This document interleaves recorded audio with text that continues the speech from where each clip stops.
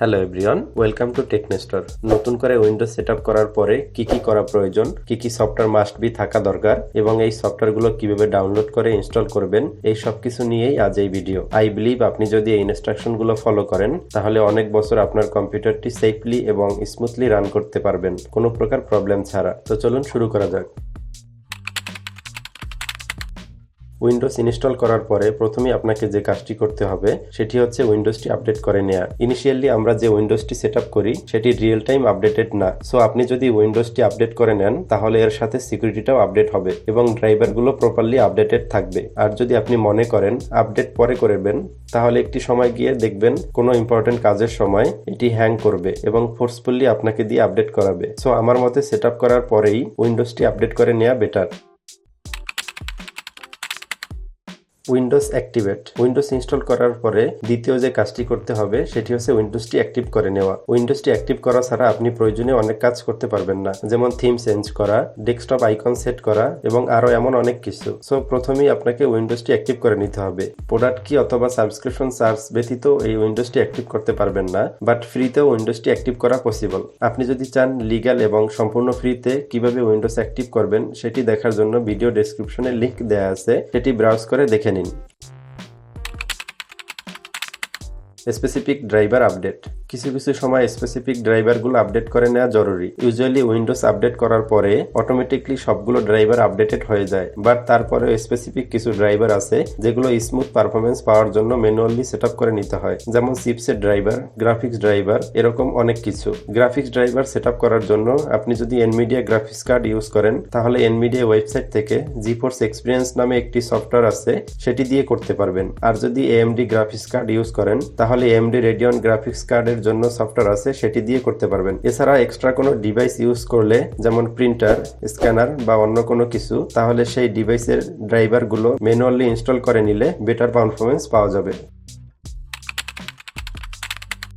Windows security. Windows install করার পরে security ensure করার জন্য অনেকে ফ্রি অ্যান্টিভাইরাস ইনস্টল করেন। সবসময় থার্ড পার্টি অ্যান্টিভাইরাস ইনস্টল করার দরকার নেই, কারণ হচ্ছে উইন্ডোজ ডিফেন্ডার বা উইন্ডোজ সিকিউরিটি বাই ডিফল্ট যেটা আছে সেটির মাধ্যমেই সিকিউরিটিটা এনশিওর করে। নর্মাল ইউজারদের জন্য আসলে এডিশনাল অ্যান্টিভাইরাস দরকার নেই। তারপরেও যদি আপনার এডিশনাল সিকিউরিটি দরকার হয় তাহলে আমি রিকমেন্ড করব একটি প্রিমিয়াম অ্যান্টিভাইরাস ইউজ করুন।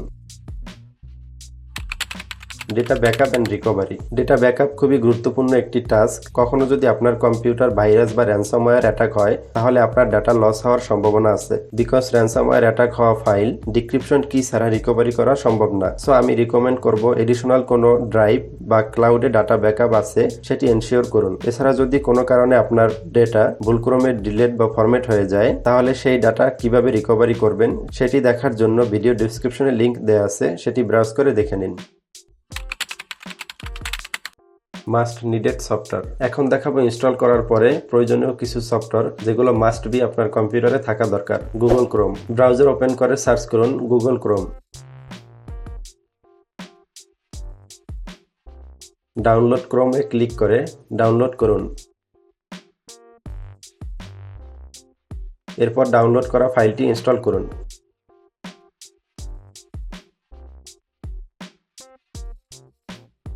.NET 3.5।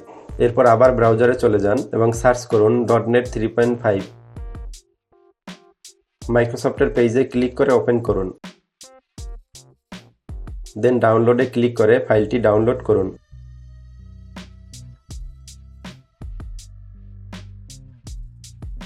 এরপর ডাউনলোড করা ফাইলের উপর ডাবল ক্লিক করুন।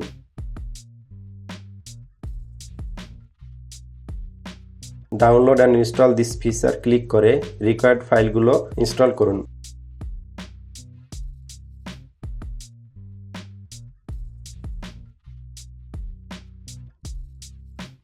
বাংলা টাইপিং। বাংলা টাইপিং করার জন্য দুইটি সফটওয়্যার বেস্ট, একটি হচ্ছে বিজয় 52 এবং অন্যটি হচ্ছে অব্র কিবোর্ড। ব্রাউজার ওপেন করে সার্চ করুন বিজয় 52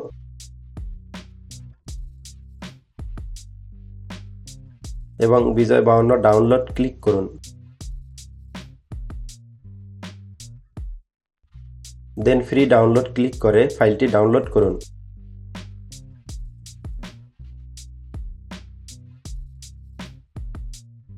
বিজয় 52 exe ফাইলটি ইনস্টল করুন।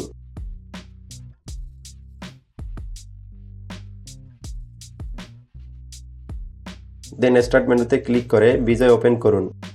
একটি পপআপ আসবে অ্যাক্টিভেশন নিডেড। দেন আবার ডাউনলোড করা ফোল্ডারে চলে যান। এখানে key.txt নামে একটি ফাইল দেখতে পাচ্ছেন, সেটি ওপেন করুন।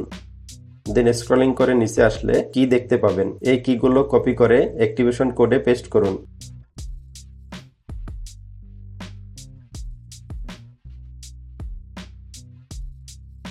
দেন অ্যাক্টিভ ক্লিক করুন। অব্র কিবোর্ড ব্রাউজার ওপেন করে সার্চ করুন অব্র কিবোর্ড। ডাউনলোড অব্র কিবোর্ড ক্লিক করে প্রবেশ করুন। দেন ডাউনলোডেড বাটনে ক্লিক করে ডাউনলোড করুন। এরপর ডাউনলোড ফোল্ডার থেকে অব্র সিলেক্ট করে ইনস্টল করুন।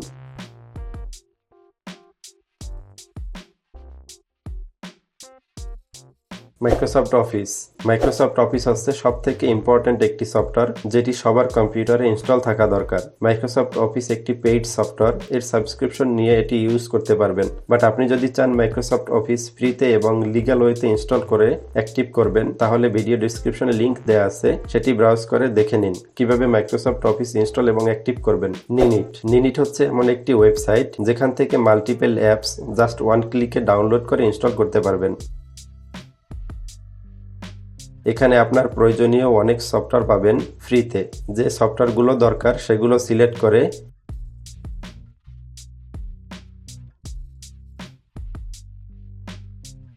গেট ইওর নিনিটে ক্লিক করুন।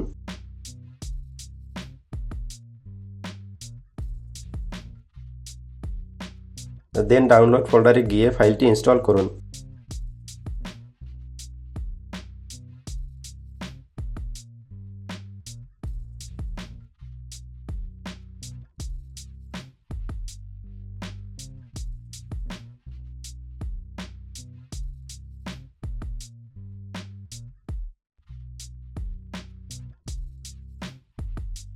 সবার শেষে যে কাজটি করতে হবে সেটি হচ্ছে উইন্ডোজের স্টার্টআপ অ্যাপসগুলো অফ করে রাখা। বাই ডিফল্ট অনেক অ্যাপস আছে যেগুলো উইন্ডোজ স্টার্ট হওয়ার সাথে সাথে অটোমেটিকলি স্টার্ট হয়। এগুলো অফ করে রাখলে আপনার অপারেটিং সিস্টেমটি আরো ফাস্ট লোড হবে এবং কম্পিউটারের র্যাম এবং সিপিইউ ইউজেজ কম হবে, যার ফলে কম্পিউটারটি আরো স্মুথ এবং ফাস্ট কাজ করবে। সেটি করার জন্য স্টার্ট বাটনে ক্লিক করে স্টার্টআপ অ্যাপস টাইপ করুন।